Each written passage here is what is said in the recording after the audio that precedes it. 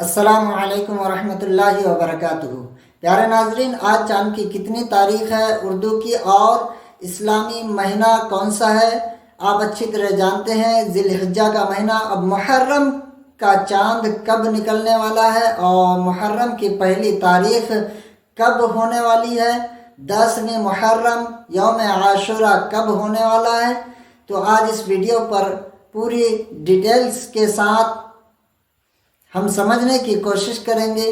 تو آپ چینل پر نئے ہیں تو سبسکرائب ضرور کریں، بیل آئیکن کو پریس کر دیں، اور ہاں، ویڈیو کو 1 سے 2 دن کے اندر اتنا شیئر کر دیں کہ ہر مسلمان، ہر ماں بہن تک ویڈیو پہنچ جائے تاکہ وہ اس ماہ محرم الحرام کے فیوز کو حاصل کر سکے۔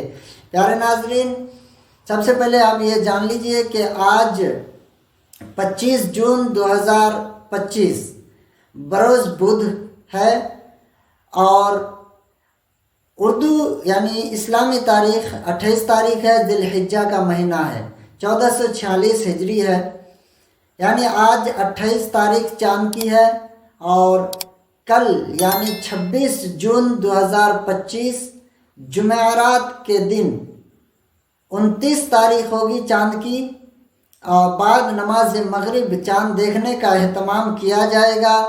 اگر چاند نکل آیا تو انشاءاللہ کل بعد نماز مغرب چاند رات رہے گی، اور 27 جون 2025 کو جمعہ کے دن محرم شریف کی پہلی تاریخ ہوگی۔